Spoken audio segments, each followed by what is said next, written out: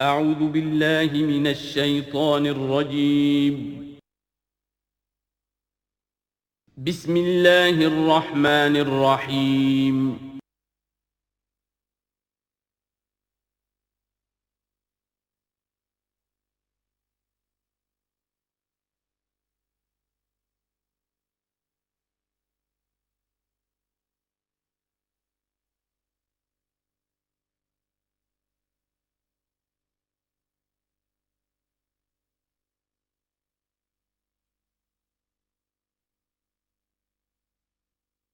اعوذ باللہ من الشیطان الرجیم بسم اللہ الرحمن الرحیم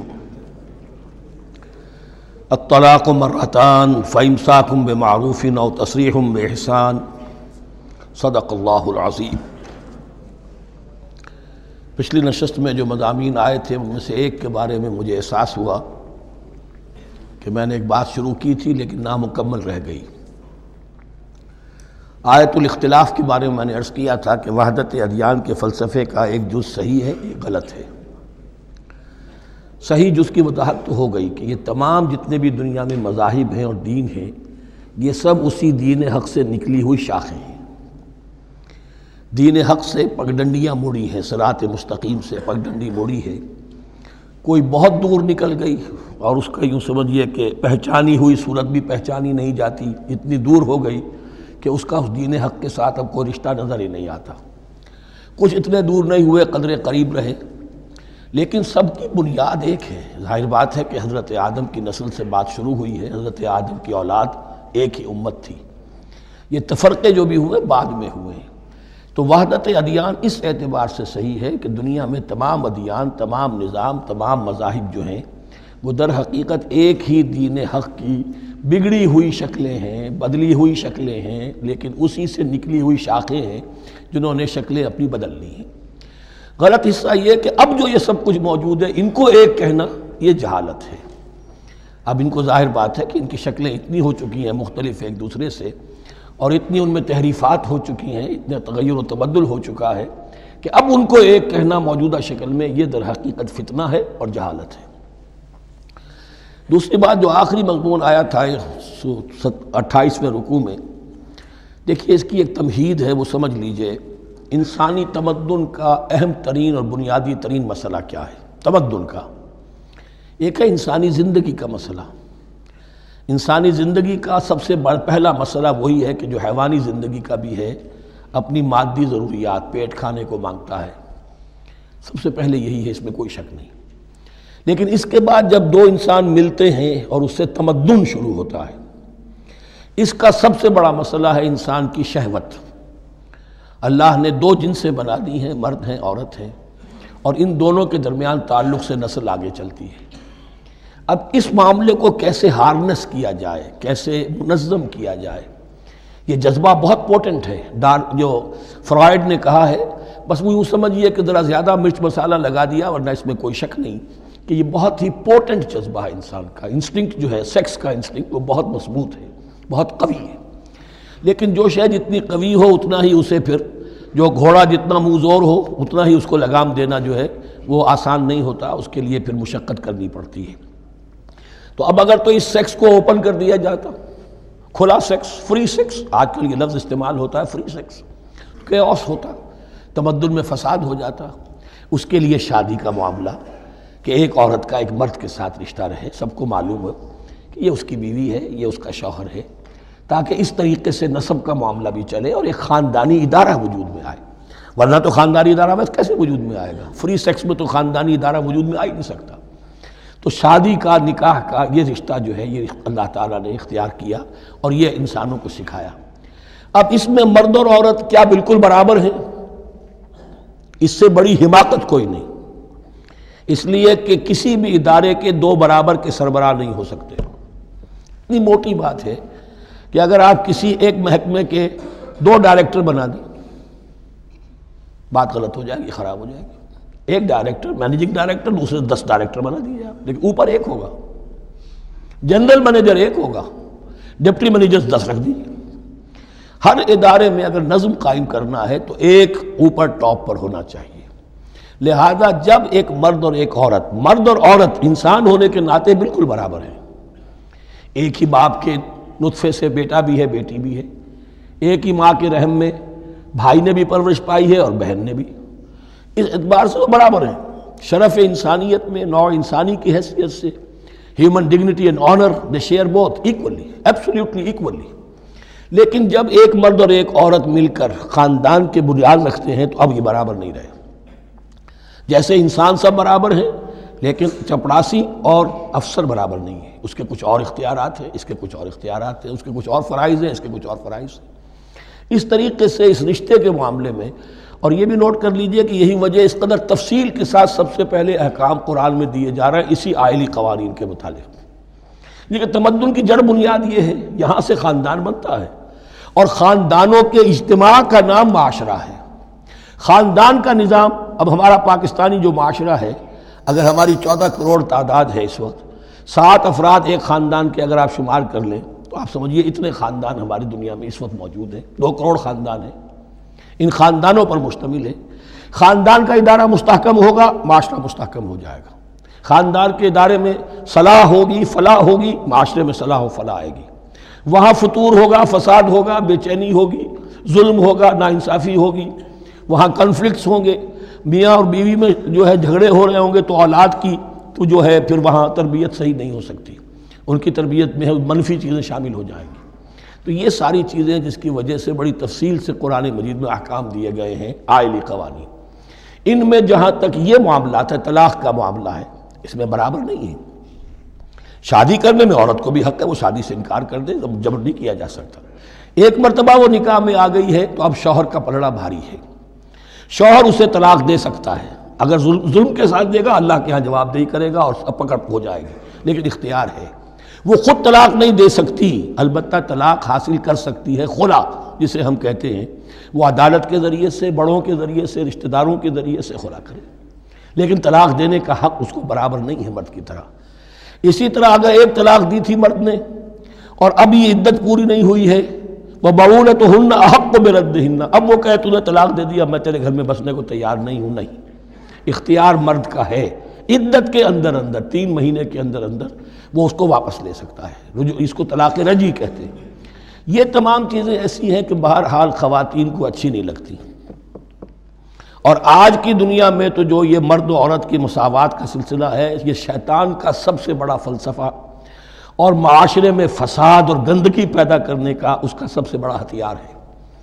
اور اب جو کچھ رہی صحیح اقدار ہماری ایشیا کے ممالک جو ہیں، زیادہ تر مسلمان ممالک ہیں، ان میں خاندانی نظام کی جو بچی کھچی شکل رہ گئی ہے اس کو برباد کرنے کے لیے یہ قاہرہ کانفرنس اور بیجنگ کانفرنس، اس ایشیا کا گھیراؤ دونوں طرف سے، مشرق سے اور مغرب سے، کہ عورت کو آزاد کرو، عورت کو اٹھاؤ، ایمینسیپیشن کے نام پر، آزادی کے نام پر، اور مرد و عورت کی مساوات کے نام پر، تاکہ خاندانی نظام ٹوٹ کر رہ جائے، جیسے کہ ان کے ہاں ٹوٹ چکا ہے خاندانی نظام نے۔ یہ کلنٹن صاحب نے کہا تھا اپنے سال 9 کے میسج میں کہ عنقریب ہماری قوم، امریکن نیشن، بہت جلد اس کی اکثریت حرام زادوں پر مشتمل ہوگی، born out of wedlock, وہ کسی شادی کے نکاح کے نتیجے میں کوئی وجود میں نہیں آئے ہیں، زنا کے نتیجے میں وجود آئی بھی قوم ہوگی۔ 1 پیرنٹ فیملی رہ گئی ہے، ماں ہی باپ ہے اور وہی ماں ہے، اور وہ دونوں وہ جانتے ہی نہیں۔ اب وہاں بڑی ایک مہم اٹھ رہی ہے کہ ہر انسان کا حق ہے کہ اسے معلوم ہو کہ میرا باپ کون ہے۔ وہاں تو بہت سے لوگ پتہ ہی باپ کون ہے میرا، کیا پتہ۔ یہ تباہی ہے جو اس معاشرے پر آ چکی ہے، اور ہمارے ہاں بھی لوگ اسی معاشرے کی نقالی پر چل رہے ہیں۔ اور یہ نظریہ مساوات مرد و زن جو ہے، یہ بہت ہی یوں سمجھیے کہ تابناک اور بہت اچھے الفاظ کے ساتھ سامنے آ رہا ہے۔ البتہ اس کا دوسرا رخ بھی ہے، اسلام نے عورت کو جو حقوق دیے ہیں بدقسمتی سے ہم مسلمانوں نے وہ بھی ان کو نہیں دیے۔ اس کی وجہ یہ ہے کہ ہمارے اوپر ہمارا ہانٹ کر رہا ہے ہمارا ہندوانہ پس منظر۔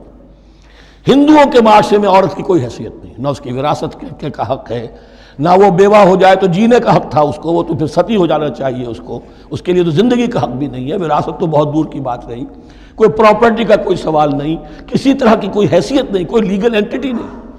لیکن ہم مسلمان تو ہو گئے، ہمارے آباء و اجداد، تربیت ہوئی نہیں، لہذا ہمارے اوپر وہی تصورات ہیں، عورت کو جو ہے پاؤں کی جوتی کی طرح سمجھنا۔ یہ جو کچھ ہم کر رہے ہیں، ان کے جائز حقوق بھی انہیں نہیں دیتے، اس کے نتیجے میں ہم جو مغرب کا ہم پر حملہ ہے اس کو مؤثر کرنے میں گویا ہم مدد دے رہے ہیں۔ اگر ہم اپنی خواتین کو وہ حقوق نہیں دیں گے، اگر ان کے لیے جو اللہ نے جو مقرر کیا ہے وہ انہیں نہیں دیا جائے گا، تو ظاہر بات ہے کہ رد عمل میں پھر جو یہ نعرے ہیں اور بڑے خوشنما جو دعوت اٹھتی ہے وہ لازماً انہیں کھینچ کر لے جائے گی۔ تو اس طرف بھی خیال رکھیے، اور ہمارے ہاں دیندار گھرانوں میں خاص طور پر یہ بات ہوتی ہے، اس کو سمجھنا چاہیے کہ عورتوں کے کیا حقوق ہیں، ان کی دلجوئی کتنی کرنی چاہیے۔ حضور نے کیا فرمایا ہے؟ تم میں سے بہترین لوگ وہ جو اپنے گھر والوں کے لیے اچھے ہوں، بہترین لوگ وہ ہیں ان کے حقوق کا لحاظ ہو، ان کے ساتھ سلوک ہو، ان کی دلجوئی ہو، ان کے احساسات کا بھی پاس کیا جائے۔ البتہ جہاں شریعت کا اور دین کا معاملہ آ جائے، نتھنگ ڈوئنگ، سیدھی سیدھی بات، یہ تلوار کی طرح آپ ننگے ہو جائیں اس وقت کہ یہ معاملہ دین کا ہے، اس میں تمہاری کوئی رعایت نہیں کر سکتا۔ ہاں میرے معاملات کے اندر جو بھی تم چاہو میں نرمی کروں گا، یہ ہو سکتا ہے۔ بس اس کو ذہن میں رکھیے، یہ کڑوی گولی ہے۔ وَلَهُنَّ مِثْلُ الَّذِي عَلَيْهِنَّ بِالْمَعْرُوفِ وَلِلرِّجَالِ عَلَيْهِنَّ دَرَجَةٌ۔ اب درمیان کے الفاظ کو تو جدید جو ہمارے ہیں دانشور وہ لے لیتے ہیں، اوپر کا نہیں دیکھتے کہ بَعُولَتُهُنَّ أَحَقُّ بِرَدِّهِنَّ، برابری کہاں رہی؟ شادی کرتے ہوئے برابری ہے، عورت کہہ سکتی میں شادی نہیں کرتی، شادی نہیں ہوگی، اس وقت برابری ہے، دونوں کی رضامندی سے شادی ہوگی، یہ برابری ہے۔ لیکن جب ایک مرتبہ بیوی بن گئی اب برابر نہیں ہے۔ اب یہ فلسفہ جا کر پوری طرح بیان ہوگا سورہ نساء میں، اور الرجال قوامون علی النساء، یہ بات پھر وہاں آئے گی۔ اس کی تمہید ہے یہ کہ یہ کڑوی گولی ذرا خواتین کے حلق سے اترنی شروع ہو جائے۔ وَبَعُولَتُهُنَّ أَحَقُّ بِرَدِّهِنَّ، اور اسی طریقے سے وَلِلرِّجَالِ عَلَيْهِنَّ دَرَجَةٌ۔ البتہ اللہ نے جو ذمہ داریاں عورت کے حوالے کی ہیں، جس طرح کے اس کے فرائض ہیں ویسے ہی اس کے حقوق بھی ہیں، یہ ہے جو بات کہی جا رہی لَهُنَّ مِثْلُ الَّذِي عَلَيْهِنَّ بِالْمَعْرُوفِ۔ اور یہ دنیا کا وہ اصول ہے کہ responsibilities and privileges they go together۔ کہیں آپ کا اگر ذمہ داری زیادہ تو حقوق اور اختیارات بھی زیادہ ہوں گے۔ ذمہ داری بہت ڈال دی، حقوق و اختیارات اتنے ہیں نہیں، آپ ذمہ داری ادا نہیں کر سکتے۔ جہاں ذمہ داری کم ہوگی وہاں حقوق و اختیارات بھی کم ہوں گے، یہ دونوں چیزیں پروپورشنیٹ چلتی ہیں۔ اب چلیے آگے، مجھے اندیشہ ہے کہ میں نے خاصا وقت اس میں لگا دیا۔ الطلاق مرتان، طلاق دو مرتبہ ہے، یعنی ایک شوہر کو دو مرتبہ طلاق دے کر اور رجوع کر لینے کا حق ہے۔ ایک دفعہ طلاق دی اور عدت کے اندر رجوع کر لیا، ٹھیک ہے، پھر طلاق دی اور عدت کے اندر رجوع کر لیا، ٹھیک ہے، تیسری مرتبہ طلاق دی اب رجوع نہیں کر سکتا۔ الطلاق مرتان، دو مرتبہ ہو سکتا ہے۔ فَإِمْسَاكٌ بِمَعْرُوفٍ أَوْ تَسْرِيحٌ بِإِحْسَانٍ، اب اس کے بعد فیصلہ کرو، یا تو روکو اس کو اپنے گھر میں تو وہ بھی نیکی کے ساتھ، بھلائی کے ساتھ، تنگ کرنے کے لیے نہیں، پریشان کرنے کے لیے نہیں، اور تسریح بِإِحْسَان، یا رخصت کر دینا ہے اچھے بھلے طریقے سے، بھلے مانسوں کی طرح، خوبصورتی کے ساتھ۔ روکو تو بھلائی کے لیے، اور اگر رخصت کرنا ہے تو خوبصورت انداز میں۔ وَلَا يَحِلُّ لَكُمْ أَن تَأْخُذُوا مِمَّا آتَيْتُمُوهُنَّ شَيْئًا، اور تمہارے لیے ہرگز جائز نہیں ہے کہ جو کچھ تم نے انہیں دیا تھا اس میں سے کچھ بھی واپس لو۔ جو بھی تم نے انہیں مہر دیا تھا اس میں سے کچھ واپس نہیں لے سکتے جب تم طلاق دے رہے ہو۔ ہاں اگر عورت طلاق مانگے تو اسے اپنے مہر میں سے کچھ چھوڑنا پڑے گا، یہ دوسری بات ہے، لیکن جب مرد طلاق دے رہا ہے تو پھر وہ نہیں روک اس کو اس میں سے جو بھی کچھ دیا ہو۔ یہاں تک کہ آیا ہے کہ اگرچہ تم نے ان کو احداہن قنطارا، سونے کے ڈھیر دیے ہوں، ان میں سے بھی کچھ نہیں لے سکتے واپس۔ وَلَا يَحِلُّ لَكُمْ أَن تَأْخُذُوا مِمَّا آتَيْتُمُوهُنَّ شَيْئًا إِلَّا أَن يَخَافَا أَن لَا يُقِيمَا حُدُودَ اللَّهِ، البتہ اگر وہ دونوں یہ سمجھیں کہ ہم حدود اللہ کو قائم نہیں رکھ سکیں گے۔ مراد کیا ہے کہ فیملی لائف کے ضمن میں جو اللہ نے احکام دیے ہیں، جو آداب ہیں، جو ان کے مقاصد ہیں، وہ ہمارے مابین اتنی موافقت مزاجی نہیں ہے کہ ہم ساتھ چل سکیں۔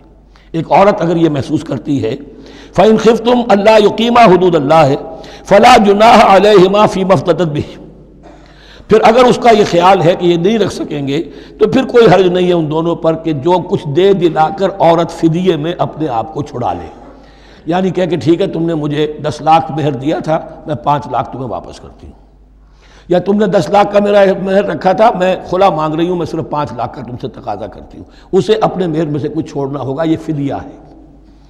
تلک حدود اللہ فلا تعتدوها، یہ اللہ کے حدود ہیں، ان سے تجاوز مت کرو۔ دیکھیے روزے وغیرہ کے ضمن میں فلا تقربوها، اور یہاں فلا تعتدوها، اس لیے کہ یہاں بڑے دھڑلے سے آدمی جو ہے وہ ان حدود کو پامال کر جاتے ہیں، قانون یہی رہ جاتا ہے، روح اس کی ختم ہو جاتی ہے۔ وَمَن يَتَعَدَّ حُدُودَ اللَّهِ فَأُولَٰئِكَ هُمُ الظَّالِمُونَ، اور جو اللہ کے حدود سے تجاوز کرتے ہیں وہی ظالم لوگ ہیں۔ فَإِن طَلَّقَهَا، اب اگر تیسری مرتبہ طلاق دے دی، الطلاق مرتان تو ہو چکا نا، اس کے بارے میں سارے احکام آ گئے، لیکن اب اگر دے دی مراد ہے تیسری مرتبہ، فَإِن طَلَّقَهَا فَلَا تَحِلُّ لَهُ مِن بَعْدِ حَتَّى تَنكِحَ زَوْجًا غَيْرَهُ، تو اب وہ اس کے لیے جائز نہیں ہوگی جب تک کہ وہ عورت کسی اور شوہر سے شادی نہ کرے۔ اس کو حلالہ کہتے ہیں، لیکن یہ حلالہ کروانا یا کرنا اور کسی کے ساتھ یہ معاہدہ کرنا تم شادی کر لو پھر طلاق دے دینا، اس پر لعنت فرمائی ہے، حضور نے لعنت فرمائی ہے۔ اور ہمارے ہاں علم میں آتی ہے، یہ بات سننے میں آتی ہے کہ بہت سے علماء نے اس کو دھندا بنا رکھا ہے۔ حلالہ مولوی مشہور ہیں مختلف شہروں کے اندر۔ فَإِن طَلَّقَهَا فَلَا تَحِلُّ لَهُ مِن بَعْدُ حَتَّى تَنكِحَ زَوْجًا غَيْرَهُ فَإِن طَلَّقَهَا، پھر اگر وہ بھی دوسری شادی کی دوسری جگہ پر، اس عورت نے اس شوہر سے بھی نہیں بنی، اس نے بھی طلاق دے دی، فَلَا جُنَاحَ عَلَيْهِمَا أَن يَتَرَاجَعَا، تو اب کوئی گناہ نہیں ہوگا ان دونوں پر کہ وہ رجوع کر لیں، پہلے سابق شوہر سے شادی کر لیں۔ یعنی عورت کو شاید عقل آ گئی ہو، کوئی اسی کی زیادتی تھی کہ پہلے شوہر کے ہاں بس نہیں سکی، اب دوسری مرتبہ کا تجربہ ہو گیا تو اس کے کان ہو گیا کہ کوئی غلطی میری ہی ہے، اب شاید دوبارہ وہ اپنے شوہر کی طرف، سابقہ شوہر کی طرف رجوع کرنا چاہے تو اس کی اجازت ہے۔ ان ظنا یقیما حدود اللہ، اگر ان کو یہ یقین ہو کہ وہ اللہ کے حدود کی پاسداری کر سکیں گے۔ اللہ کے حدود جو ہیں احکام شریعت، ان کو بہرحال مد نظر رکھنا ہے اور فائق رکھنا ہے۔ وَتِلْكَ حُدُودُ اللَّهِ يُبَيِّنُهَا لِقَوْمٍ يَعْلَمُونَ، اور یہ وہ حدود ہیں اللہ کے جن کو وہ واضح کر رہا ہے، کھول کھول کر بیان کر رہا ہے ان لوگوں کے لیے کہ جو علم حاصل کرنا چاہیں۔ ترجمہ یہ ہوتا ہے عام طور پر جنہیں علم حاصل ہے، اصل میں کسی وقت فعل کو طلب فعل کے معنی میں استعمال کیا جاتا ہے عربی زبان میں، یعلمون جو جاننا چاہیں، جن کی اندر طلب ہے علم کی۔ وَإِذَا طَلَّقْتُمُ النِّسَاءَ فَبَلَغْنَ أَجَلَهُنَّ، تو جب تم لوگ اپنی بیویوں کو طلاق دو اور پھر وہ اپنی عدت پوری کر لیں، فَأَمْسِكُوهُنَّ بِمَعْرُوفٍ أَوْ سَرِّحُوهُنَّ بِمَعْرُوفٍ، تو اب چاہو تو روکو انہیں لیکن معروف طریقے سے، اور چاہو تو انہیں رخصت کر دو وہ بھی اچھے طریقے پر۔ وَلَا تُمْسِكُوهُنَّ ضِرَارًا لِتَعْتَدُوا، اور دیکھو ایسا نہ کرو کہ تم روکو انہیں تنگ کرنے کے لیے۔ اچھا ذرا اس کی میں اور خبر لوں گا رجوع کر کے، ذرا اگر تو طلاق ہو گئی تو آزاد ہو جائے گی، غصہ اتنا چڑھا ہوا ہے کہ ابھی وہ غصہ ٹھنڈا نہیں ہوا ہے، رجوع کر رہا ہے اس لیے کہ اسے اور پریشان کروں، اسے اور تکلیفیں پہنچاؤں، تو اب یہ کیا ہوا، قانون تو اجازت دے رہا ہے لیکن تم نے قانون کا مذاق اڑایا، تم نے اللہ کی دی ہوئی اس اجازت کا ناجائز استعمال کیا۔ ہاں اگر بسانے کا واقعی ارادہ ہو گیا ہے تو ضرور تم رجوع کر لو، رجوع کا حق تمہیں ہے، لیکن اگر یہ نہیں ہے، پریشان کرنا ہے، فَلَا تُمْسِكُوهُنَّ وَلَا تُمْسِكُوهُنَّ ضِرَارًا لِتَعْتَدُوا، ضدم زدہ ان پر زیادتی کرنے کے لیے، ستانے کے لیے۔ وَمَنْ يَفْعَلْ ذَلِكَ فَقَدْ ظَلَمَ نَفْسَهُ، اور جو کوئی بھی یہ کام کرے گا اس نے اپنی جان پر ظلم ڈھایا۔ وَلَا تَتَّخِذُوا آیَاتِ اللَّهِ هُزُوًا، اور دیکھو اللہ کی آیات کو مذاق اور کھیل نہ بنا لو، ٹھٹھا نہ بنا لو۔ یہ اچھی طرح جان لیجئے، لا از لا and there can be law which has no flaw. Flawless law is impossible. اس لیے تقوی، اللہ کا خوف ہر جگہ پر بار بار، ورنہ تم اللہ کی شریعت کا تماشا بنا دو گے، ٹھٹھا بنا دو گے۔ وَلَا تَتَّخِذُوا آیَاتِ اللَّهِ هُزُوًا وَاذْكُرُوا نِعْمَتَ اللَّهِ عَلَيْكُمْ، اور یاد کرو، ذکر کرو، شعور کرو اللہ کے انعامات کا جو تم پر ہوئے ہیں۔ وَمَا أَنزَلَ عَلَيْكُمْ مِنَ الْكِتَابِ وَالْحِكْمَةِ، اور جو اس نے نازل فرما دی ہے تم پر اپنی کتاب، اپنی شریعت اور حکمت، یعظکم بہ، اس کے ذریعے سے تمہیں نصیحت کر رہا ہے، سیدھا راستہ بتا رہا ہے۔ واتقوا اللہ، اللہ کا تقوی اختیار کرو۔ وَاعْلَمُوا أَنَّ اللَّهَ بِكُلِّ شَيْءٍ عَلِيمٌ، اور جان لو کہ اللہ تعالیٰ کو ہر چیز کا حقیقی علم حاصل ہے۔ وَإِذَا طَلَّقْتُمُ النِّسَاءَ فَبَلَغْنَ أَجَلَهُنَّ فَلَا تَعْضُلُوهُنَّ أَن يَنكِحْنَ أَزْوَاجَهُنَّ إِذَا تَرَاضَوْا بَيْنَهُم بِالْمَعْرُوفِ، اور جب تم اپنی عورتوں کو طلاق دے دو پھر وہ اپنی عدت پوری کر لیں تو مت آڑے آؤ اس میں کہ وہ عورتیں پھر نکاح کر لیں اپنے سابق ازواج سے، اذا تراضوا بینہم بالمعروف، جبکہ وہ آپس میں رضامند ہو جائیں بھلے طریقے پر۔ یعنی اگر طلاق مغلظ نہیں ہے، دیکھیے ایک طلاق ہوتی ہے بائن، پہلی طلاق دوسری طلاق، یہ جب تک عدت ختم نہیں ہوئی طلاق رجعی کہلاتی ہے، اس کے دوران شوہر کو رجوع کرنے کا حق ہے۔ عدت پوری ہو گئی، اب یہ بائن ہو گئی، اب شوہر اور بیوی کا جو رشتہ ہے ٹوٹ گیا۔ اب اگر نکاح ہوگا تو دوبارہ ہوگا، اس میں عورت کی مرضی کو دخل ہے، عدت کے اندر عورت کی مرضی کو دخل نہیں ہے، لیکن عدت کے بعد اب عورت کو اختیار ہے، اب تو نکاح ثانی ہوگا سوائے طلاق مغلظ کے۔ تیسری طلاق اگر ہو گئی ہے تو پھر جب تک اس کا نکاح کسی اور سے نہ ہو جائے، وہ بھی طلاق دے دے، تو ان کے درمیان نکاح نہیں ہو سکتا۔ گویا کہ یہ دو طلاقوں کے بعد اگر پھر یہ لوگ جب کہ طلاق بائن ہو چکی ہو، وہی عورت وہی مرد پھر نکاح کرنا چاہیں تو اب تم آڑے مت آؤ۔ ہوتا کیا ہے، عورت کے بھائی ہیں، اب انہیں غصہ چڑھا ہوا، اس بدماش نے یہ کچھ کیا تھا، اس نے تمہیں ایسے ایسے ستایا تھا، اس نے یہ کیا تھا، اب تمہیں ہم شادی نہیں کرنے دیں گے اس کے ساتھ، نہیں، یہ کام تمہارا نہیں ہے۔ اگر وہ اذا تراضوا بینہم، اگر وہ باہم راضی ہو جائیں تو تم اب ان کے آڑے مت آؤ، بالمعروف، ذالک یوعظ بہ من کان منکم یؤمن باللہ والیوم الآخر، یہ وہ چیزیں ہیں جن کی نصیحت کی جا رہی ہے تم میں سے ان کو جو واقعتاً ایمان رکھتے ہو اللہ پر اور یوم آخر پر۔ ان کے اندر ایمان ہی نہیں ہے، ان کے لیے یہ سارا جو ہے بھینس کے آگے بین بجائے جاؤ کیا حاصل ہے، وہ تو پھر اس کو کوئی فائدہ نہیں پہنچے گا۔ ذالک یوعظ بہ من کان منکم یؤمن باللہ والیوم الآخر ذالکم ازکی لکم واطہر، یہ طریقے جو ہیں تمہارے لیے زیادہ پاک ہیں، زیادہ عمدہ ہیں۔ واللہ یعلم وانتم لا تعلمون، اللہ جانتا ہے تم نہیں جانتے۔ اپنی عقل کو مقدم نہ رکھو، یہ اللہ کا علم ہے، اسی نے عورت کو بنایا، اسی نے مرد کو بنایا، اسے مرد بھی عزیز ہے عورت بھی عزیز ہے۔ الخلق عیال اللہ، حضور نے فرمایا تمام مخلوق اللہ کے کنبے کے مانند ہے۔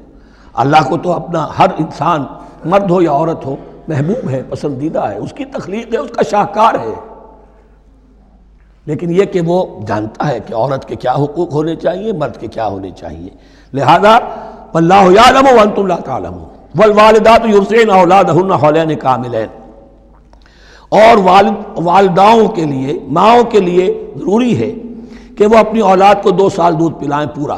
یہ خاص طور پر یہاں تذکرہ ہو رہا ہے جب طلاق کا مسئلہ ہو۔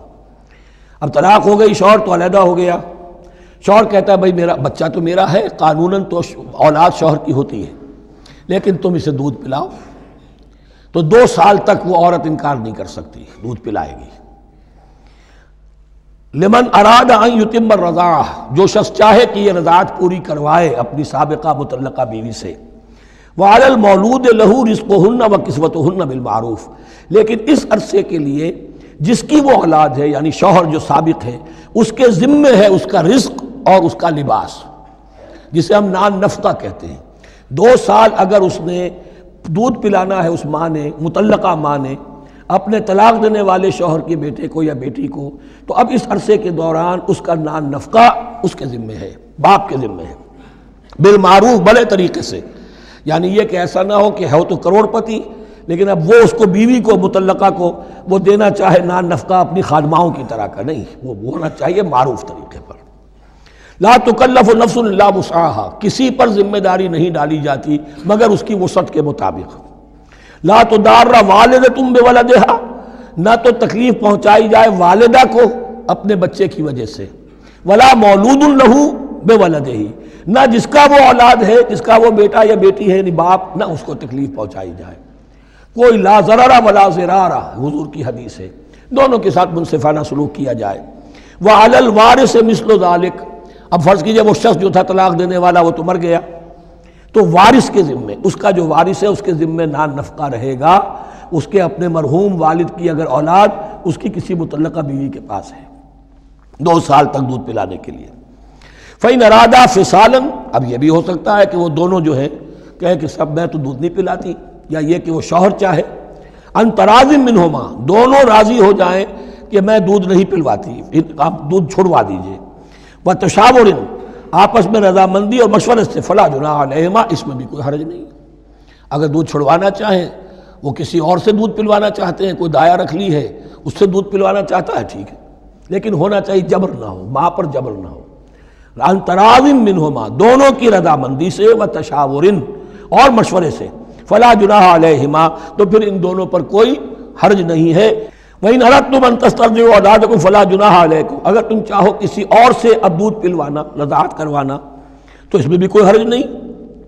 فَلَا جُنَاحَ عَلَيْكُمْ إِذَا سَلَّمْتُمْ مَا آتَيْتُمْ بِالْمَعْرُوفِ، جبکہ ان کی ماں، اس کی ماں کو تم دے چکو جو کچھ کہ تم نے طے کیا تھا معروف اور بھلے طریقے پر. واتقوا اللہ، اور اللہ کا تقوی اختیار کرو. واعلموا ان اللہ بما تعملون بصیر، اور جان لو کہ جو کچھ تم کر رہے ہو اللہ اسے دیکھ رہا ہے. والذین یتوفون منکم ویذرون ازواجا، اور وہ کہ جو تم میں سے وفات پا جائیں اور وہ چھوڑ جائیں بیویاں. یتربصن بانفسہن، اب یہ عدت جو تھی ایک تھی طلاق کی عدت، وہ 3 ماہواریاں آ جانا، 3 مہینے اندازن، اور ایک ہے جو فوت ہو گیا، اور بیوہ کی عدت کیا ہے. والذین یتوفون، جو تم میں سے وفات دے دیے جائیں، منکم تم میں سے، ویذرون ازواجا، پیچھے بیویاں چھوڑ گئے ہوں، یتربصن بانفسہن 4 اشہر وعشرا، وہ روکے رکھیں اپنے نفسوں کو 4 مہینے اور 10 دن. 4 مہینے 10 دن تک ایک جو بیوہ عورت ہے وہ کوئی اور نکاح نہیں کر سکتی. 4 مہینے 10 دن. فَإِذَا بَلَغْنَ أَجَلَهُنَّ، اور جب وہ اپنی اس مدت تک پہنچ جائیں، یعنی پوری ہو گئی مدت عدت کی، فَلَا جُنَاحَ عَلَيْكُمْ فِي مَا فَعَلْنَ فِي أَنفُسِهِنَّ، تو اب تم پر کوئی گناہ نہیں ہے اس معاملے میں جو وہ اپنے بارے میں کریں. اب وہ آزاد ہیں، نکاح کر سکتی ہیں. اب تم روکنا چاہو ہماری ناک کٹ جائے گی، یہ بیوہ بیٹھ نہیں سکی، اس سے رہا نہیں گیا، نہیں، غلط بات، تمہارا کوئی اختیار نہیں. لا جناح علیکم فیما فعلن فی انفسہن بالمعروف، کریں نیک طریقے سے، بھلے طریقے سے، شریعت کے مطابق، قواعد شریعت کے مطابق، تو تمہارا اختیار نہیں ہے کہ روکو. واللہ بما تعملون خبیر، اور جو کچھ تم کر رہے ہو اللہ اس سے باخبر ہے. ولا جناح علیکم فیما عرضتم به من خطبۃ النساء واکننتم فی انفسکم، اب یہ انہی بیواؤں کا ذکر ہو رہا ہے. تم پر کوئی حرج نہیں ہے کہ جو تم اشارے میں کوئی بات اور پیغام دینا چاہو کسی بیوہ کو، اشارے کنائے میں، لیکن یہ کہ اس میں عدت کے دوران نکاح تو نہیں ہو سکتا.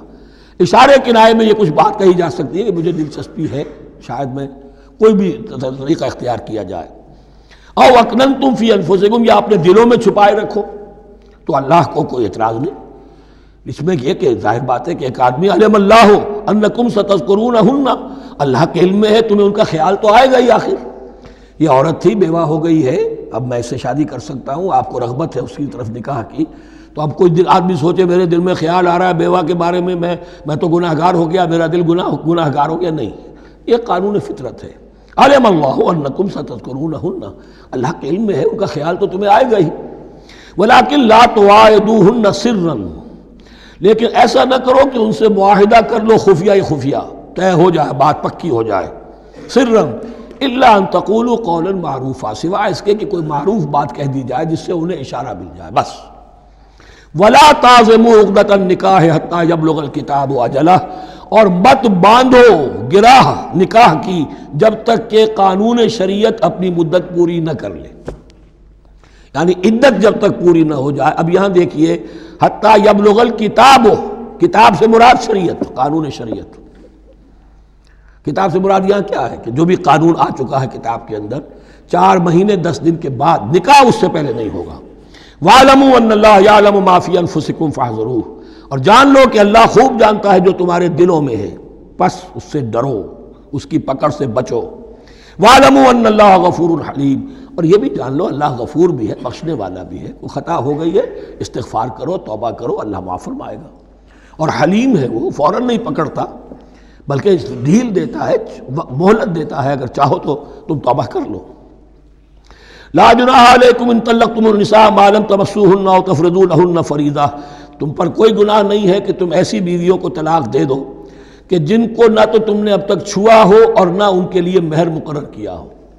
یہ ہو جاتا تھا نکاح جو ہے بچپن میں بھی کر دیے جاتے تھے، لیکن ابھی کوئی نوبت نہیں آئی ہے، نکاح تو ہو گیا لیکن نہ کوئی مہر مقرر ہوا ہے نہ کوئی ان کی ملاقات ہوئی ہے. تو اگر ایسا کرو گے تو تم طلاق دے سکتے ہو. وَمَتِّعُوهُنَّ، لیکن شرافت کا تقاضا یہ ہے کہ جو لڑکی تم سے منسوب رہی ہے، اب اگر وہ رشتہ توڑ رہے ہو تو اسے کچھ دے دلا کر، اسے کچھ نہ کچھ متاع، کچھ سامان دنیاوی دے کر. مَتِّعُوهُنَّ عَلَى الْمُوسِعِ قَدَرُهُ وَعَلَى الْمُقْتِرِ قَدَرُهُ، جو وسعت والا ہے، جس کو کشائش حاصل ہے، غنی ہے، وہ اپنی حیثیت کے مطابق، اور جو تنگ دست ہے وہ اپنی حیثیت کے مطابق. متاعًا بالمعروف، اور یہ ساز و سامان دینا جو ہے یہ بھی بھلے انداز میں ہو، ایسا نہ ہو جو خیرات دی جا رہی ہو. حقاً علی المحسنین، یہ حق ہے محسنین پر، یہ سمجھے کہ ہم پر اللہ تعالیٰ کی طرف سے عائد کردہ یہ ذمہ داری ہے۔ وَإِن طَلَّقْتُمُوهُنَّ مِن قَبْلِ أَن تَمَسُّوهُنَّ وَقَدْ فَرَضْتُمْ لَهُنَّ فَرِيضَةً، اور اگر دوسری شکل یہ ہے کہ تم نے طلاق دی ایسی بیوی کو کہ جس کو تم نے چھوا تو نہیں ہے لیکن مہر مقرر ہو چکا تھا، فَنِصْفُ مَا فَرَضْتُمْ، تو اب آدھا مہر جو ہے جو تم نے فرض کیا تھا، جو طے کیا تھا، اس کا آدھا تو تمہیں دینا ہی دینا ہے۔ الا یعفون، الا یہ کہ وہ معاف کر دیں، ہمیں آدھا بھی نہیں چاہیے، یا چلیے ہمیں چوتھائی دے دیجئے۔ او یعفو الذی بیدہ عقدۃ النکاح، یا وہ اس کے اندر جو ہے سخاوت سے کام لے کہ جس کے ہاتھ میں نکاح کی گرہ ہے، گرہ تو مرد کے ہاتھ میں ہے، وہ کھول سکتا ہے، عورت طلاق دے نہیں سکتی، لہذا کیوں نہ ایسا کرو کہ تم پورا ہی مہر دے دو۔ فرمایا وَأَن تَعْفُوا، اگر تم درگزر کرو اور زیادہ دو، اقرب للتقوی، یہ تقوی سے قریب تر ہے۔ وَلَا تَنْسَبُوا الْفَضْلَ بَيْنَكُمْ، اپنے مابین احسان کرنا مت بھولو، اور اپنے مابین جو فضیلت اللہ نے تمہیں دی ہے عورتوں پر اس کو مت بھولو۔ تمہارا پھر ایٹیچیوڈ بھی ایسا ہونا چاہیے کہ تم اپنے بڑے ہونے کے حساب سے ان کے ساتھ نرمی کرو، ان کو زیادہ دو، ان کو جتنا بھی مہر مقرر کیا تھا اس سے بھی زیادہ دے دلا کے رخصت کرو۔ قانون میں تو صرف مہر ہوگا، البتہ قانون یہی ہے کہ اگر انہیں چھوا نہیں ہے، مقاربت نہیں ہوئی ہے، لیکن یہ کہ مہر مقرر ہو چکا تھا تو آدھا مہر تو لازماً دینا ہے۔ آدھا بھی یہ چھوڑ سکتی ہے عورت، لیکن تمہارے لیے بہتر ہے کہ تم پورا دو یا اور زیادہ دو۔ ان اللہ بما تعملون بصیر، یقیناً جو کچھ تم کر رہے ہو اللہ دیکھ رہا ہے۔ حافظوا علی الصلوات والصلاۃ الوسطیٰ، محافظت کرو پوری طرح، چوکس ہو کر، چوکنے ہو کر تمام نمازوں کی، اور خاص طور پر صلاۃ وسطیٰ کی۔ یعنی بار بار جو آ رہا ہے جان لو اللہ جانتا ہے، جان لو اللہ دیکھ رہا ہے، جو کچھ تم کر رہے ہو اللہ کی نگاہ میں ہے، جو کچھ تم کر رہے ہو اللہ باخبر ہے، یہ سارا کچھ جو ہے یہ اللہ کی یاد ذہن میں برقرار رکھنے کے لیے تمہیں نماز دی گئی ہے۔ 5 وقتہ تم حاضر ہو، دنیا کے کاروبار سے نکلو اور آ کر پھر عہد اللہ سے اپنا جو ہے، یہ جو حفیظ کا ایک شعر ہے، آؤ سجدے میں گرے لوح جبیں تازہ کریں، سرکشی نے کر دیے دھندلے نقوش بندگی، آؤ سجدے میں گرے لوح جبیں تازہ کریں۔ یہاں پر جو ہمارا بندگی کا نقش تھا سرکشی کی وجہ سے وہ دھندلے ہو گئے ہیں۔ سرکشی نے کر دیے دھندلے نقوش بندگی، آؤ سجدے میں گرے لوح جبیں تازہ کریں، کہ پھر اس پر اللہ تعالیٰ کے ساتھ جو عہد کیا ہے ایاک نعبد و ایاک نستعین اسے پھر تازہ کریں۔ حافظوا علی الصلوات والصلاۃ الوسطیٰ، صلاۃ وسطیٰ کے بارے میں بہت سے اقوال ہیں، لیکن عام طور پر اس سے مراد عصر کی نماز لی گئی ہے۔ دن میں 2 نمازیں اس سے پہلے ہیں، فجر ہے، ظہر ہے، 2 پھر بعد میں ہیں، مغرب ہے، عشاء ہے۔ وقوموا للہ قانتین، اور کھڑے ہوا کرو اللہ کے سامنے پورے ادب کے ساتھ، یعنی ایک تو رکوع ہے جس میں جھکنا ہے، سجدہ ہے جھکنے کی انتہا ہے، قیام بھی قنوت کے ساتھ ہو، معلوم ہو کہ ایک بندہ اپنے آقا کے سامنے کھڑا ہے، اس کے کھڑے ہونے کے انداز میں بھی معلوم ہو کہ تواضع ہے، عجز ہے۔ فَإِنْ خِفْتُمْ فَرِجَالًا أَوْ رُكْبَانًا، اور اگر تم خوف کی حالت میں ہو تو چاہے پیادہ چلتے ہوئے، سفر کرتے ہوئے، دشمن پیچھا کر رہا ہے، آپ کہیں جا رہے ہیں تو چاہے اب رکیں گے نماز پڑھیں گے تو وہ تعاقب میں قریب آ جائے گا، تو رجالًا چلتے ہوئے، یا کہیں جلدی جانا ہے اور وہاں پر ابھی فوری طور پر حملہ کرنا ہے تو اس میں یہ ہے کہ جنگ کی حالت میں یہ رعایتیں ہیں، چلتے ہوئے اور رکبانہ یا سوار ہونے کی حالت میں بھی نماز پڑھی جا سکتی ہے۔ فَإِذَا أَمِنْتُمْ، لیکن پھر جب امن میں ہو جاؤ، فَاذْكُرُوا اللَّهَ كَمَا عَلَّمَكُمْ، پھر اللہ کو یاد کرو جیسے کہ تمہیں اس نے سکھایا ہے۔ کس نے سکھایا ہے؟ محمد الرسول اللہ نے۔ صلو کما رأیتمونی اصلی، نماز پڑھو جیسے کہ تم مجھے دیکھتے ہو میں نماز پڑھتا ہوں۔ وہ ہے اللہ کا سکھایا ہوا، اس لیے کہ یہ بھی ثابت ہے روایات سے کہ حضرت جبرائیل نے آ کر حضور کو نماز پڑھائی ہے، 2 دن پڑھائی ہے۔ ایک دن 5 نمازیں اول وقت میں پڑھائیں، دوسرے دن 5 نمازیں آخری وقت میں پڑھائیں، اور بتا دیا کہ ان نمازوں کا وقت ان اوقات کے دوران ہے۔ تو معلم جو ہے حضور کے نماز کے معاملے میں حضرت جبرائیل ہے، اور اب حضور جو ہے پوری امت کے لیے معلم ہے۔ فَإِذَا أَمِنْتُمْ فَاذْكُرُوا اللَّهَ كَمَا عَلَّمَكُمْ مَا لَمْ تَكُونُوا تَعْلَمُونَ، جو تم نہیں جانتے تھے اللہ نے تمہیں سکھایا ہے۔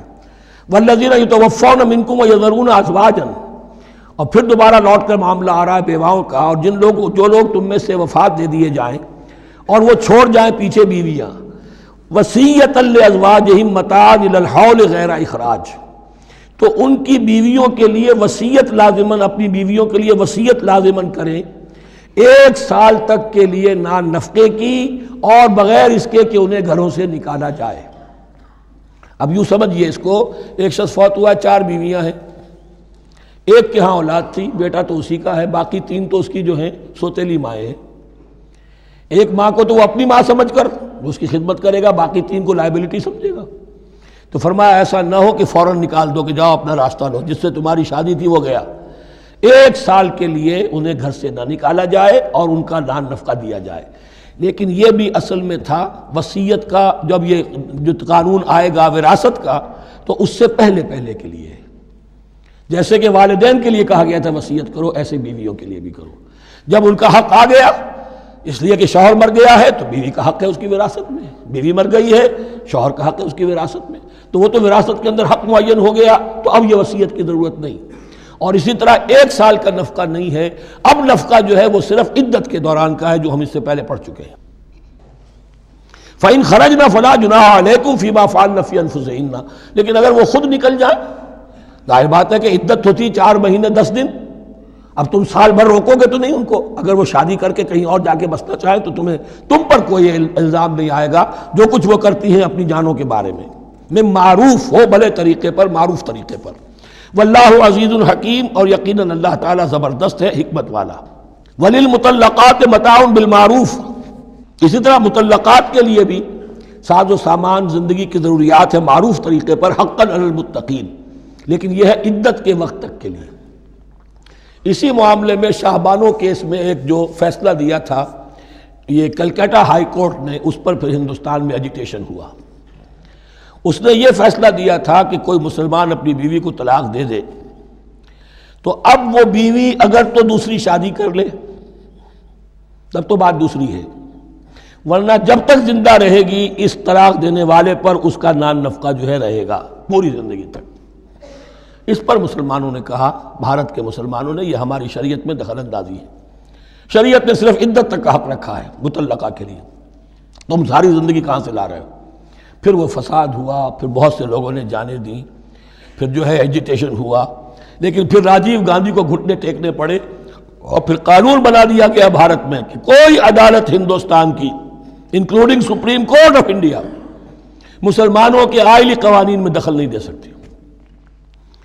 میں سلام کیا کرتا ہوں مسلمانان بھارت کو، مسلمانوں نے وہاں پر یہ بات بھی نہیں ہونے دی کہ جب قرآن شریعت کا حکم جو ہے وہ یہ ہے کہ مطلقہ کو عدت تک کے لیے نان نفقہ ہے تو ساری زندگی کا کوئی معاملہ نہیں۔ کذالک یبین اللہ لکم آیاتہ لعلکم تعقلون، اسی طرح اللہ تعالیٰ تمہارے لیے اپنی آیات کو واضح کر رہا ہے تاکہ تم عقل سے کام لو اور سمجھو۔ اب جو 2 رکوع اگلے آ رہے ہیں یہ بڑے اہم ہیں اس اعتبار سے کہ یہ تاریخ بنی اسرائیل کا غزوہ بدر ہے جس کا تذکرہ ہوگا۔ میں ایک بات آپ کو بنی اسرائیل کی تاریخ کی بتا چکا ہوں کہ جب حضرت موسیٰ کے انتقال کے بعد یوشع ابن نون کی سرکردگی میں انہوں نے جہاد کیا، قتال کیا تو فلسطین فتح ہو گیا، لیکن انہوں نے چھوٹی چھوٹی حکومتیں 12 بنا لی اور آپس میں لڑتے بھی رہے۔ لیکن 300 برس کے بعد پھر صورتحال پیدا ہوئی، وہ واقعہ ہوگا جو اب سامنے آ رہا ہے کہ جب ان کے اوپر دنیا تنگ ہو گئی، آس پاس کے جو کافر اور مشرک لوگ تھے انہوں نے انہیں دبا لیا، بہت سوں کو ان کے گھروں سے، ان کے ملکوں سے نکال دیا، تو پھر تنگ آ کر انہوں نے کہا اس وقت کے نبی سے کہ ہمارے لیے کوئی بادشاہ بنا دیجئے، سپہ سالار بنا دیجئے، اب ہم اللہ کی راہ میں جنگ کریں گے۔ تو وہ جو جنگ ہوئی ہے طالوت اور جالوت کی، اس جنگ کے بعد سے خلافت راشدہ شروع ہوئی ہے دور بنی اسرائیل کی۔ گویا کہ خلافت راشدہ دور بنی اسرائیل کی 300 برس بعد آئی ہے ان کے رسول کے انتقال کے، جبکہ خلافت راشدہ اس امت مسلمہ کی متصل ہے رسول اللہ صلی اللہ علیہ وسلم کے زمانے کے ساتھ، اس لیے کہ صحابہ نے جانیں دیں، خون دیا، قربانیاں دیں، اور اس کے نتیجے میں حضور کی زندگی ہی میں دین غالب ہو گیا، اسلامی ریاست قائم ہو گئی۔ تو ظاہر بات ہے اس کے بعد آپ کے انتقال کے بعد خلافت کا دور شروع ہو گیا، لیکن وہاں یہ سارے سال 300 برس گزرے ہیں، اس کے بعد ان کا دور خلافت آیا ہے، اور اس میں بھی 3 خلافتیں ہیں کہ جو متفق علیہ ہیں، ویسے وہاں تو وہ نبوتیں ہیں، طالوت علیہ السلام، داؤد علیہ السلام اور سلیمان علیہ السلام۔ چوتھی خلافت پر آ کر تقسیم ہو گئی ہے، جیسے حضرت علی کے زمانے میں چوتھی خلافت میں عالم اسلام جو ہے دارالاسلام منقسم ہو گیا کہ مصر اور شام نے حضرت علی کی خلافت کو تسلیم نہیں کیا۔ اسی طرح حضرت سلیمان کے دو بیٹوں میں پھر ان کی مملکت تقسیم ہو گئی، ایک اسرائیل اور ایک یہودیہ، یہ دو ریاستیں وجود میں آئی، جوڈی۔ بہرحال یہ جو واقعہ تھا کہ جس کے بعد خلافت راشدہ شروع ہو رہی ہے، اسلام کا غلبہ شروع ہو رہا ہے حضرت موسیٰ کی تاریخ میں، وہ ہے طالوت اور جالوت کی جنگ۔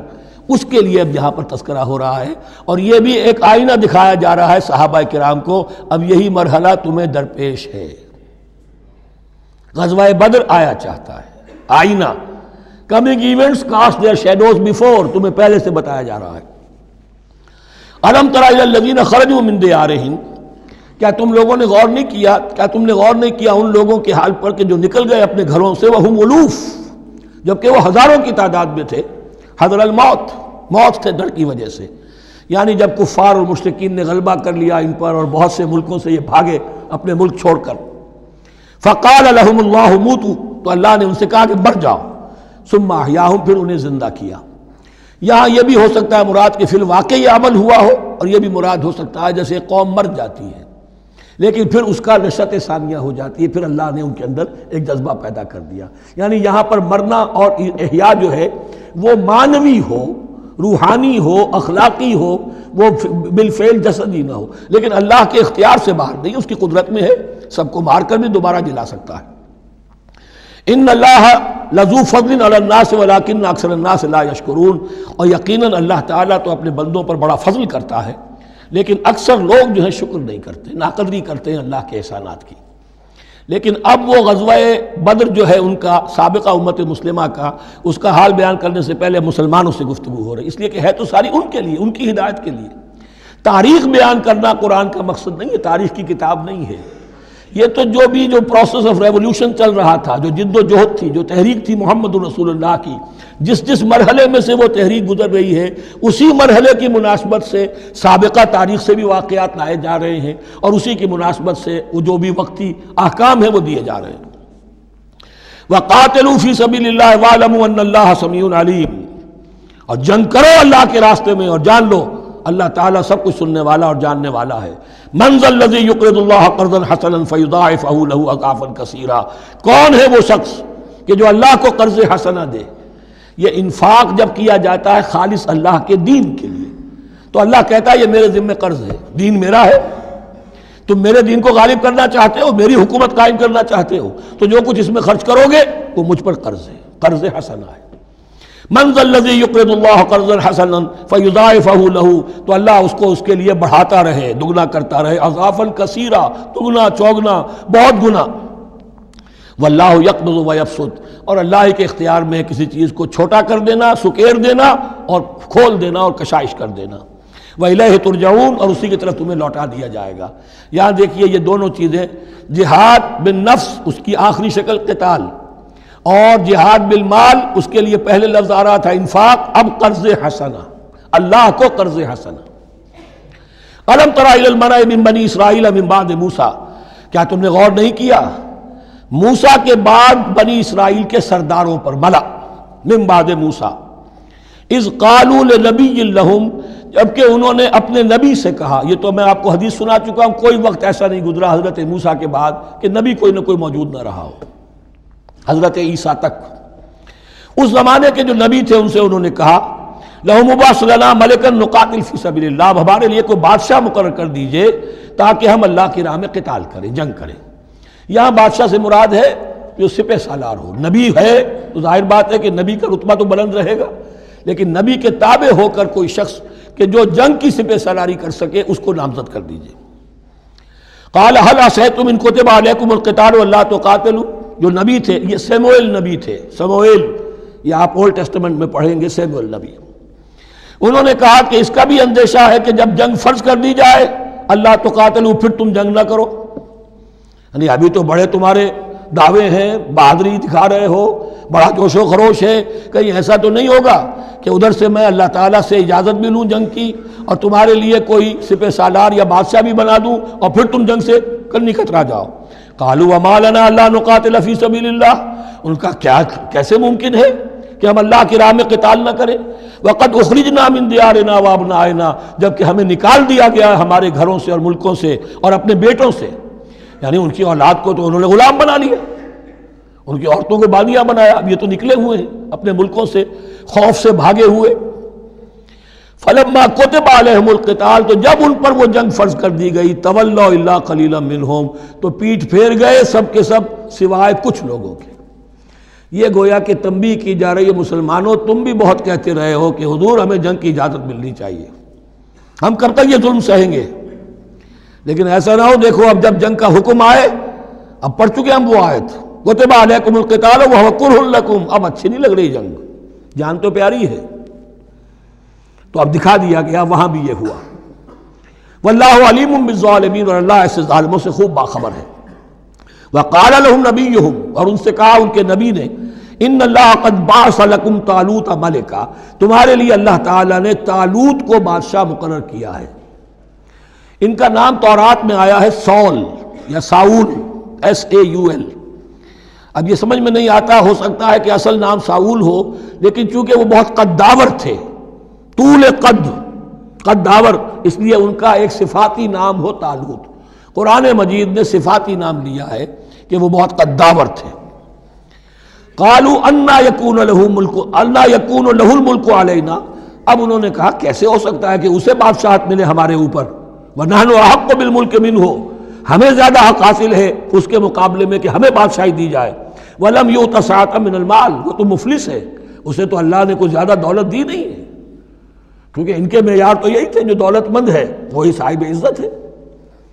قال ان اللہ اصطفاہ علیکم، اب نبی نے کہا اب جو چاہو کہو، اللہ نے اس کو چن لیا ہے تم پر، یہ فیصلہ اب ہو چکا، اللہ کا فیصلہ ہے، ڈیوائن ججمنٹ ہے، ڈیوائن ڈیسیجن ہے، کین ناٹ بی ریووکڈ۔ وزادہ بسطۃ فی العلم والجسم، اور اسے کشادگی عطا کی ہے علم اور جسم دونوں چیزوں میں، قداور ہے، طاقتور ہے، اور اسی طریقے سے علم اور فہم دیا ہے۔ تم دولت دیکھتے ہو، اللہ نے چنا ہے ان دو چیزوں کی بنا پر، جسمانی طاقت، جسمانی قوت، اس دور میں ظاہر بات ہے اس کی بہت ضرورت تھی، اور دوسرے یہ کہ اسے علم دیا ہے، فہم دیا ہے، سمجھ دی ہے، دانش دی ہے۔ واللہ یؤتی ملکہ من یشاء، اور اللہ تعالیٰ جس کو چاہتا ہے اپنی بادشاہت دے دیتا ہے۔ واللہ واسع علیم، اللہ بہت سمائی والا ہے، واسع، اس کی وسعت جو ہے وہ اتھا ہے، اور علیم، اور سب کچھ واسع علیم، جاننے والا ہے، یعنی وہ جس کو جو کچھ دیتا ہے بربنائے علم دیتا ہے، کون اس کا مستحق ہے۔ وقال لهم نبيهم ان آیۃ ملکہ ان یاتیکم التابوت فیہ سکینۃ من ربکم وبقیۃ مما ترک آل موسیٰ وآل ہارون تحملہ الملائکہ، اور ان سے کہا ان کے نبی نے کہ طالوت کی بادشاہت کی ایک نشانی یہ ہوگی کہ وہ صندوق جو تمہارے سے جاتا رہا چھن چکا ہے، جس میں سکینہ ہے، تمہارے لیے تسکین کا سامان ہے تمہارے رب کی طرف سے، اور بقیت مما ترک آل موسیٰ و آل ہارون، اور کچھ تبرکات ہیں جو آل موسیٰ اور آل ہارون کے اس صندوق میں رکھے ہوئے ہیں، تحملہ الملائکہ، وہ ملائکہ کی تحویل میں ہے۔ اب ان کی بادشاہی کی علامت کے طور پر وہ صندوق تمہارے پاس واپس آ جائے گا۔ اصل میں یہ تابوت سکینہ جو ہے، یہ ان کا ایک بڑا لکڑی کا صندوق ہے، اب بھی ہے، ان کا دعویٰ ہے کہ موجود ہے، اور مسجد اقصیٰ کے نیچے جو سرنگ ہے اس میں موجود ہے۔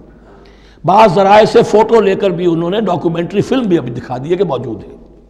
نبوکدنضر نے جب گرایا تھا 586 قبل مسیح میں، جو حضرت سلیمان کا بنایا ہوا ہیکل تھا، اس کے تہخانے میں وہ رہتا تھا، اور وہیں پر جو ربائی تھے وہاں موجود تھے، ربانیین، تو جب گرایا گیا ہے اس کو، ہیکل کو، تو اسی میں وہ دب گئے ہیں، لیکن وہ چاروں طرف سے جو بھی تہخانہ تھا بند ہو گیا ہوگا، اور وہاں پر ان کی لاشیں بھی ہیں اور تابوت سکینہ بھی ہے۔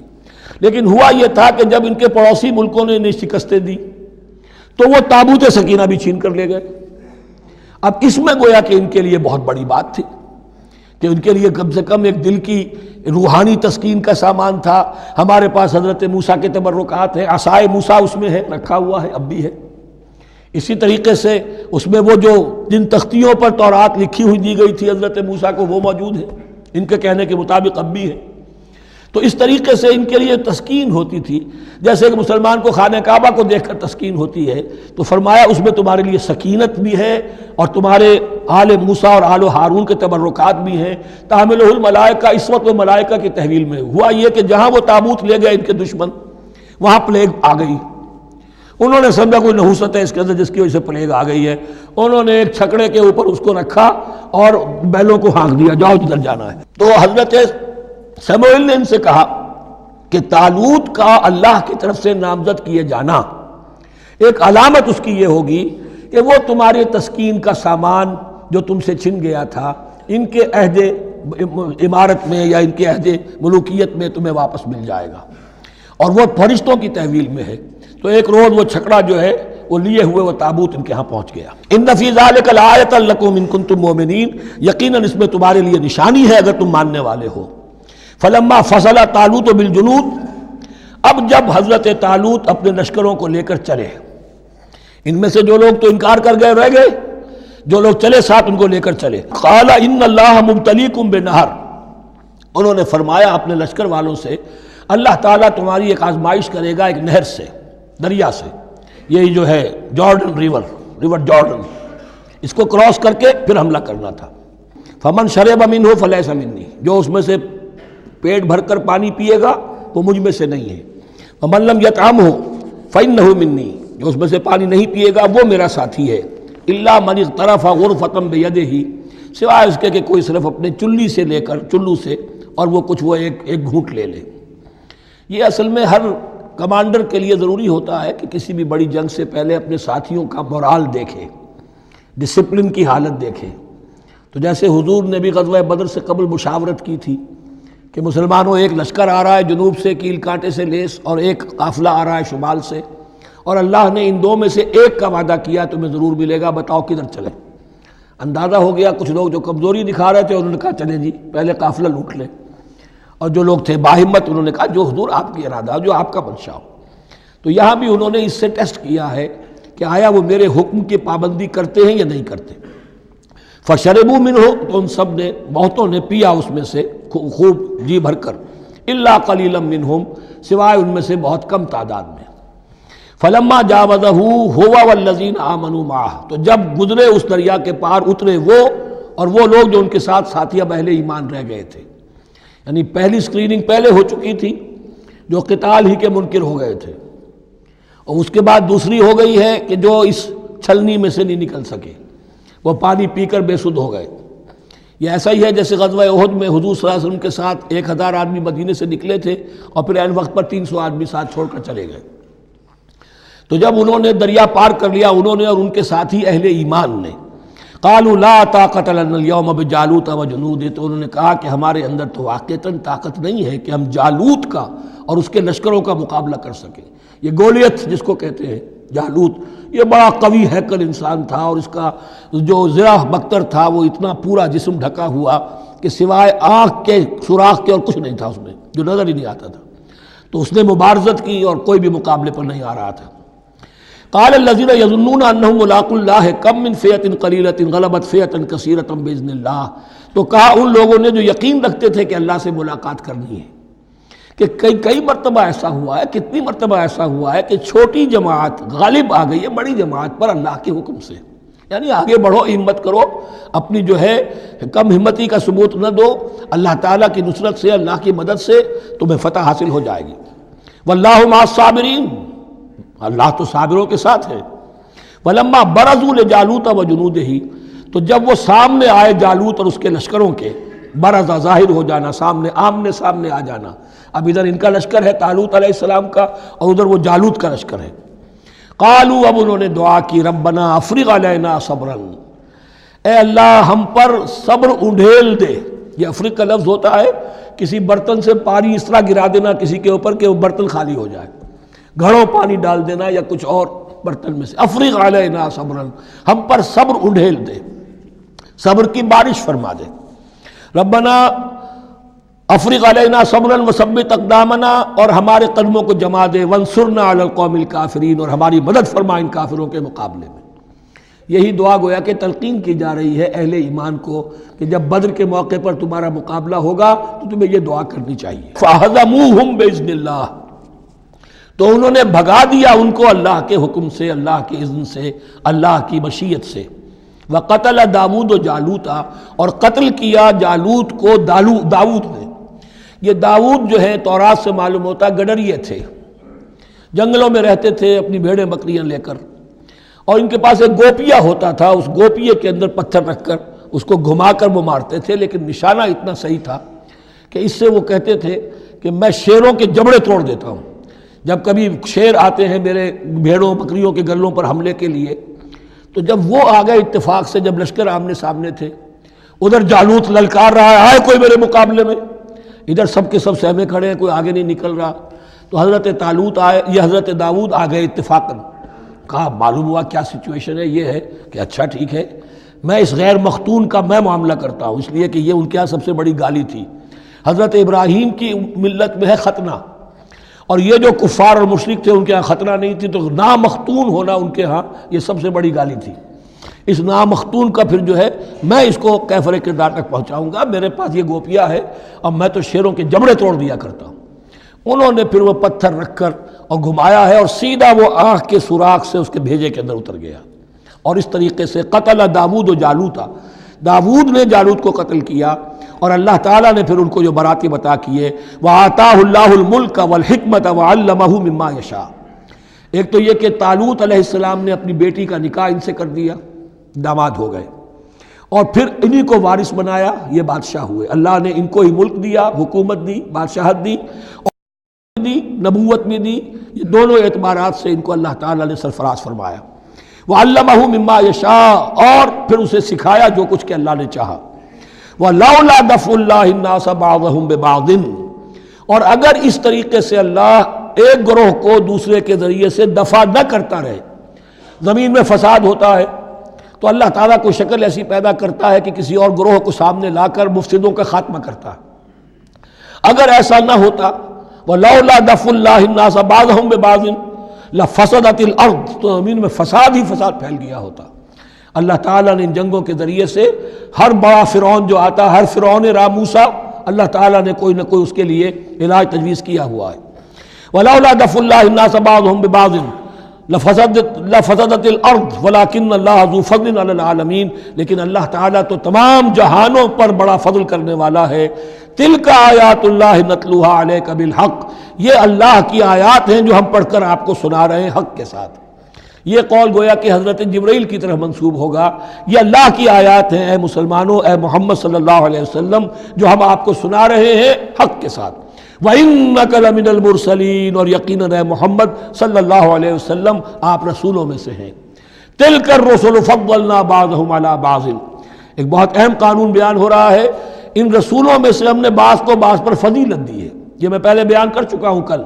تفریق بین الرسل کفر ہے، تفضیل یہ قرآن سے ثابت ہے، کوئی افضل ہے اور کوئی مفضول ہے، کسی کو کسی اعتبار سے فضیلت ہے، کسی کو کسی اور اعتبار سے فضیلت، جزوی فضیلت ہے مختلف لوگوں کی ہو سکتی ہے، کلی فضیلت تمام انبیاء اور رسول پر محمد الرسول اللہ کو حاصل ہے۔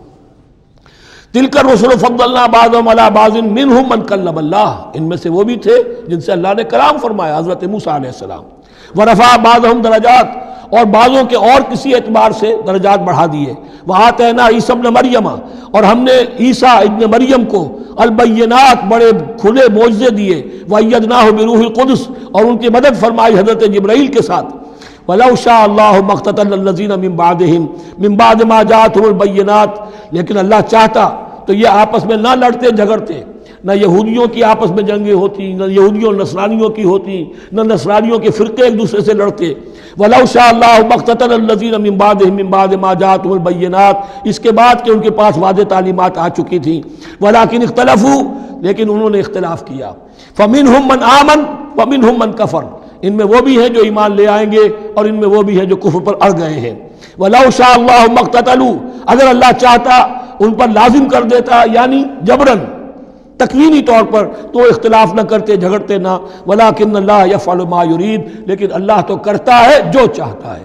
اللہ نے جو دنیا کو اس حکمت پر بنایا ہے کہ یہ دنیا کی زندگی آزمائش ہے، آزمائش کے لیے آزادی دی ہے، تو جو شخص غلط راستے پر جانا چاہے اسے آزادی ہے، جو صحیح راستے پر آنا چاہے اسے آزادی ہے۔ بارک اللہ لی و لکم فی القرآن العظیم ونفعنی وإیاکم بالآیات والذکر الحکیم۔